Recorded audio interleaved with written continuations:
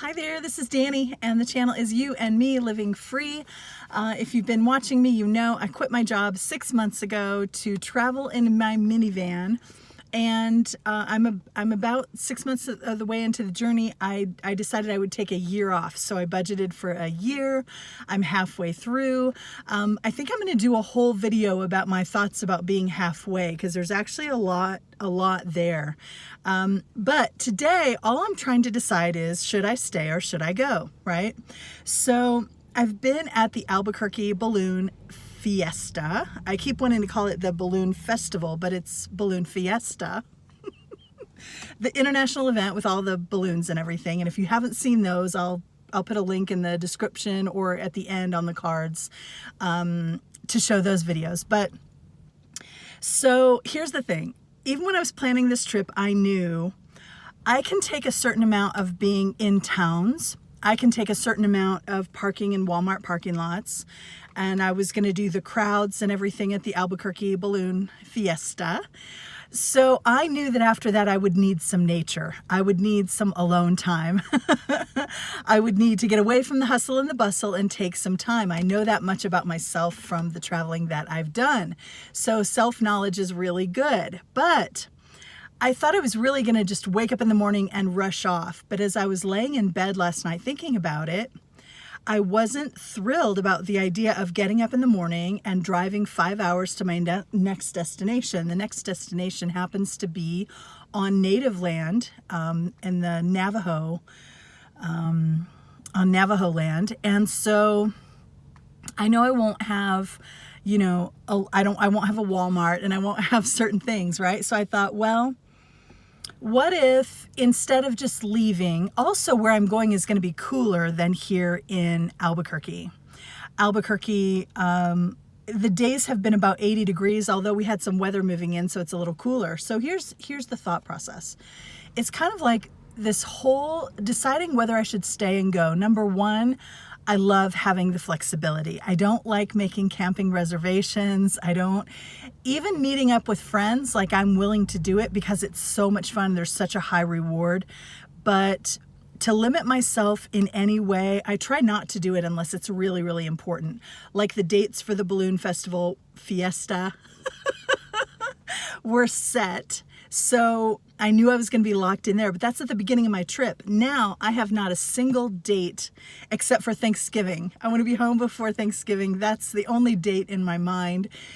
Tremendous freedom. And I love that feeling of freedom. That's basically kind of why I'm out here, right? Freedom in a word is freedom. So as I was thinking about what would bring me joy after I went to the Balloon Fiesta event Saturday night, that was my second time spending hours in big groups of people and with the crowds and everything, I could tell I was a little depleted. I really needed to spend today isolated. I knew that. I knew I needed to spend it away from crowds, away from people. And I thought that would mean I needed to go out into the country and get away from the city. But the more I thought about it, the more I thought, okay, the temperature is going down greatly today. It's already a lot cooler today. The highs have been upper 70s, lower 80s. Today is going to be more like 10 degrees below that. There's a certain temperature where you're really comfortable staying in the van, but that temperature is only up until maybe 75 degrees or so. If you have a ton of shade, I can be really comfortable in the van up to 80 degrees or so. But without the shade, and of course Albuquerque, shade is at a premium. There's not much shade to be had. So I'm like 75. So today's less than that, quite a bit less than that, 7 or 8 degrees less than that. So I thought I could actually stay in my van all day. And that idea started to make me happy, even though I'm still in the city. Also, since I'm headed out to be off-grid for a little while, and I don't know how long, because again, I can do it for 2 days or I could do it for a week, whatever. As I think about being off-grid, I think I would feel more prepared. I would feel better if I had one more grocery stop, if I had a shower. If you've been watching me a while, you know I do love the shower. And I haven't figured out a way to effectively do a shower in the minivan or even outside of the minivan. I know there are a lot of ways. If you have a way that really works, feel free to share it in the comments. But I have tried multiple things, including the pop-up showers and everything that I have to carry to accessorize with that. It's not worth it for me. I'd rather like take showers when I'm in town. And then with such short hair, I felt like most of the reason I really needed to feel clean with a shower was oftentimes because my hair was dirty, and it's hard to really wash long hair in the minivan. But my hair now is such a non-issue that it's much easier to go without a shower, except for the fact that I love showers. I love showers. So I just feel like there's almost something spiritual for me about a shower and just cleansing everything away, watching it wash away, and starting reborn almost, refreshed and renewed. Love a shower. Have I gone on about showers long enough? For heaven's sakes, Dani. So then I started getting excited about the idea of a shower. I got excited about the idea of doing laundry and having all my clothes clean so that I can have a selection of what to wear. This sounds so silly, but so my plan evolved. And I would have never thought I'd want one more day in town, but I do. And I'm just going to take you along for the ride. I'll just do little brief stops, little brief pictures and stuff of my day and how I'm going to spend it. And I'm super excited. And I think that this will serve me really well and put me in a better position when I do decide to leave town, of going very well prepared and even well rested and everything. So we'll see how it goes. Thanks for coming along for the ride. Okay, first thing on the agenda has to be laundry. So it's a Sunday. I know laundromats get crowded. Plus, we just finished the balloon festival. I know that there's a good chance laundromats are going to be full today. So I want to get it started nice and early, so I did.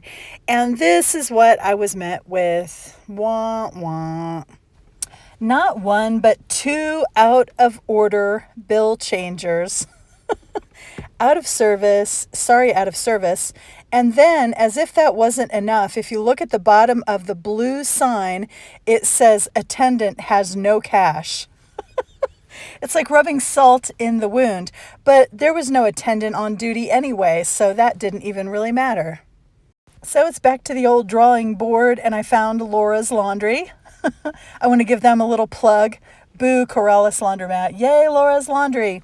This was a little bit older building, and some of the neighbors were out of business. But I'll tell you what, this laundromat was so well taken care of. I have never been inside a laundromat, and I've never spent much time in laundromats until I started traveling. But I've never been in a laundromat where I saw the attendant working and cleaning so much. This place was spotless, and I really appreciated that. Finding a good laundromat is one of those things that you really appreciate on the road. It's like nothing I had ever anticipated. Anyway, their coin machine worked. And even if it hadn't, they had these on all the machines where you could have used your debit card. I appreciate that greatly as well because I don't always have quarters. So, okay, laundry's done. It's off to Planet Fitness for my shower. I expanded my membership and got the black card just for this trip and for being out on the road, because a lot of times I'm not in the bigger cities where Planet Fitness are, so it's not always a really good deal for me, but I was able to get it with no contract or anything, so I can kind of go month by month, so I decided to do it, and their showers were awesome.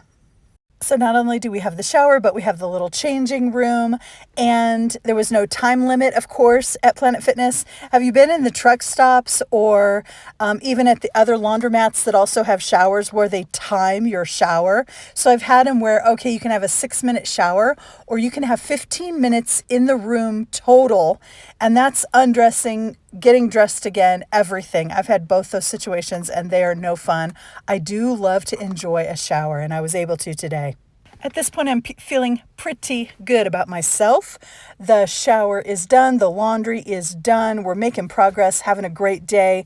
I would like a little nature, so I did some research and tried to find a park with a decent overlook. And so I found one, and here it is. And this park is great. it is actually a little park. You can see a little playground and stuff for the kids, but the view of that mountain is wonderful, and you could really see a whole lot of detail with your eyes and everything. And I was appreciative of the lookout, but I thought it was funny that just immediately to the left of this beautiful mountain view are these two huge cylinders. And I don't know what they're for, but I wondered, did they come first or did the park come first? And whose idea was it to put them there? So I was sitting down to enjoy the park. Here's a nice bench, right? So then I thought I would show you the view from this bench. I'm just going to say now, I think these people who did this park had poor planning. Here's the bench. Here's the view to the right. The tree is blocking the mountain. And then as you pan straight ahead, you're back to the two cylindrical buildings. Okay, that's kind of funny, right? So here I am at Walmart. I'm going to run my errands. I'm going to get my stuff. I'm going to park in the Walmart parking lot overnight. And look at this. Look at this wonderful view from freaking Walmart. And there weren't even any big cylindrical buildings. I mean, I was at Walmart, but so what? So that's where I parked for the night. And then this next scene is from the next morning, but I thought I would just throw it in. I got to tell you, when I'm looking for internet on the road, I used to go Starbucks first thing, but I'm not a huge coffee person anyway, so that wasn't a pull for me. I love public libraries. This is a town right outside of Albuquerque. It starts with a B, I forget, and that sign is too small for me to read right now. But I love little public libraries. They are so awesome. This one was fantastic. There was no one there. It had so much character. It had all this hand-carved wood on tables and chairs and benches and everything. It was magnificent. It even had an outdoor seating area, which I did enjoy for about an hour. So quick shout out to public libraries. I love you. And you've done it. You guessed it. You've made it to the end of another video. Thank you so much. I'm going to throw in one cute little thing here.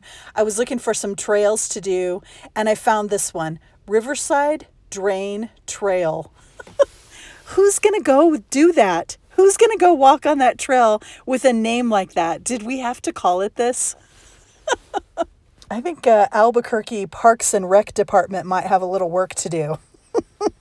Between those cylinders at the view, mountaintop view, and the name of this trail.